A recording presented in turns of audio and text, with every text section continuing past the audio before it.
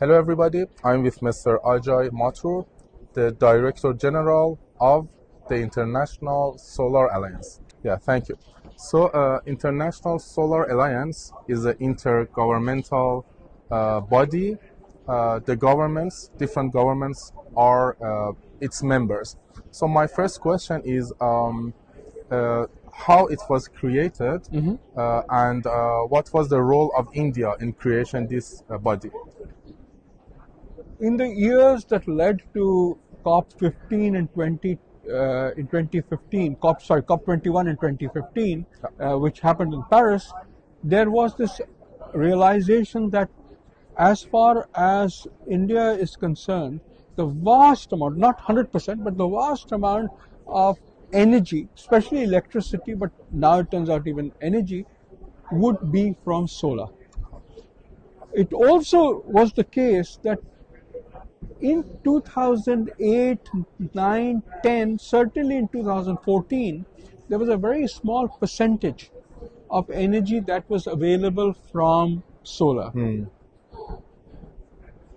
On the other hand, we have come a long way since then. So the kind of experience that we have had, both in terms of policy and in terms of the ability to produce manufacturers who produce solar products, has been immense. And this is of far greater relevance to other developing countries than the developed country experience. It was with this in mind that India thought that it makes sense to create an international agency which promotes solar across the world, but particularly in developing countries. India and France collaborated at COP21 in 2015, where the International Solar Alliance was launched. And the Prime Minister of India actually also proposed it. Yes. Yeah? So the Prime Minister of India, Narendra Modi, and the then President of France, Francois Hollande, were the two people who proposed it at COP21.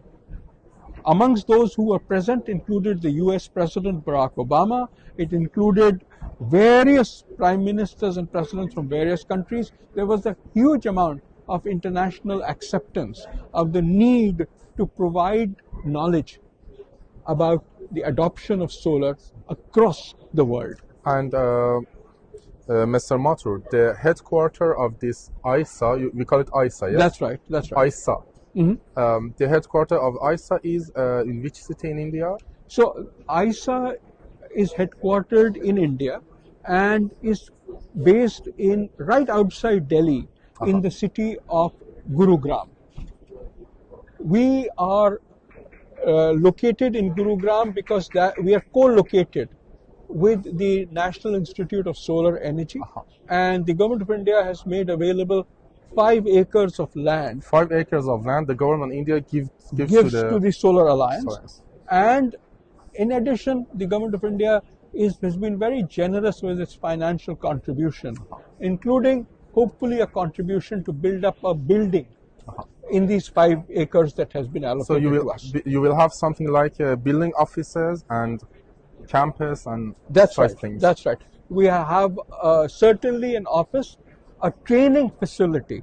Because we look at people coming from our member countries to be trained as master trainers. Obviously, as far as large-scale training is concerned, it will happen in the countries themselves. May I ask how many countries have become members of this alliance? So we have 120 countries 120. Who have signed the framework agreement, the treaty that helps create this organization and its members. Of those 120, 102 have gone through the ratification process in their parliaments so as to become full members of the alliance. So we will have soon 120 members, 200 members, 120 members. Well, we already have, yes, certainly we'll have 120, but this is a moving target. The 120 will soon become 125, will soon become 130. And the number of full members will rise from 102 to 105, 116, and so on. The short point is there's always a few countries who have recently signed and are going through the ratification process. So you will always have a buffer. I see. And may I ask very shortly, what are the activities? What do you see now or the future of this alliance to do? It's more about training, more about negotiating or knowledge transfer, or this alliance with members? So, in a nutshell, we work on three kinds of issues. Three kinds. We work on creating knowledge for advocacy for all our member countries. We work on capacity building, particularly providing certification of capacity so that people can be employed by new projects when they come up. And this is largely in the developing countries. It occurs in all countries, but it's largely in the developing countries. And we also help in creating projects, demonstration projects, to build up the benefits amongst communities, and therefore create a political buy-in. And this is especially for the least developed countries and the small island They should developing first see something. They should see a benefit.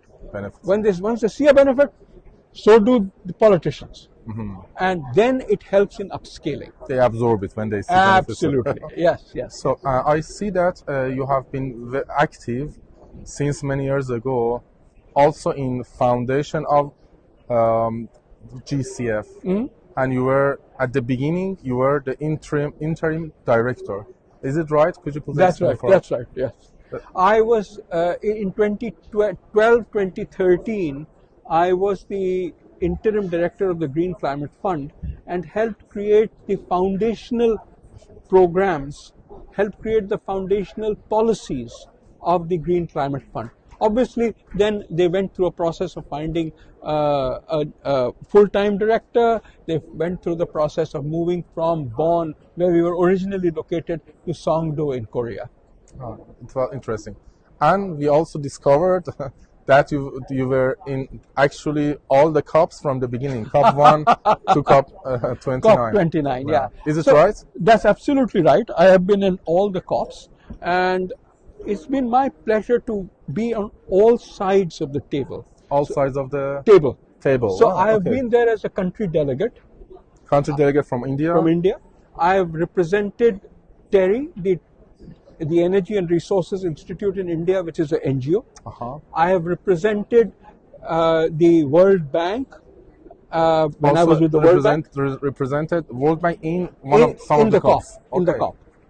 I have represented the International Solar Alliance. So and I've obviously represented the GCF when I was at the GCF. So whether it is as a UN agency or an international agency or as an NGO or as a country delegation, I have been at these various COPs. And so we can ask you, how do you see the COPs until now? Or maybe for the next one, if you have something to say. So one of the things... Do you see some developments? Or yeah. So one of the things that I see, there are two things that I see. The first is that COPs have evolved. So countries are a lot more engaged in, and that means they compromise. That is important because they are able to reach agreements which we were not able to earlier. And the second is that we also see that there has been a greater number of people who come to the blue zone, which is outside the negotiations. So we negotiate, and then the blue zone allows us to discuss what countries and companies are doing to promote whatever was discussed earlier. So it's not just that they make decisions, it's also about who is doing what for enabling those decisions. So the first COPs, there were some limited people, yes? The first COP had maybe 500, 600, 700 people. Yeah. And now last year we had probably 100,000 people. And do you wish something for the next COP in Brazil or the following ones do you see something, or have you had always some dreams about evolving COPs or some targets or something? So I think what is very important for the COPs is to enable the transfer of financial resources and of technology from the developed countries to the developing countries.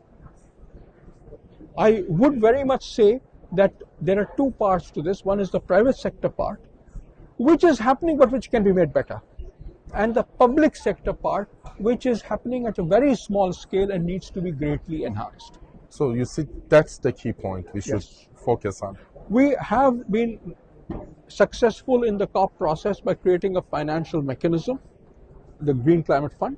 We have been successful in creating a technology mechanism, the technology mechanism and the clean energy network.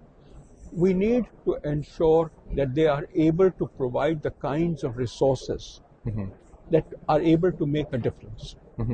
And do you say something, for example, sometimes we ask our guests if they want to say something to youth, to young people, in international people? So, for all the youth, and believe you me, I was also a youth at one of the times when I started this process, we now have very clear options.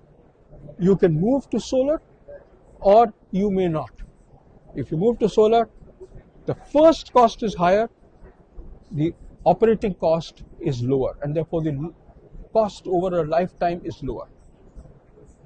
It means a sacrifice. You can move to energy efficiency. Again, the cost is higher upfront, but the cost is lower later. I want us all to be leaders in adoption and in the production of these new technologies in energy efficiency and in solar and in renewable energy in general. And what about following their dreams? For example, have you, or sometimes they may face some obstacles. Maybe at first you wanted to do something great, but GCF, it was not easy. COPs were not easy. ISA was not easy. So maybe youth people first they face some obstacles, some prohibition, and then they should not. Well, I think one of the key issues that any successful person, whether in his own life or her own life, or as an entrepreneur, as a startup, faces is obstacles. That's a given. Perseverance is important. You will find problems. Ensure that you figure out how to overcome them rather than give up because you have problems. Yeah, thank you, Mr. Ajay Mathur. On behalf of our audience, we also thank you for your more than 30 years of efforts regarding environment and solar energy. Thank you very much. Thank you.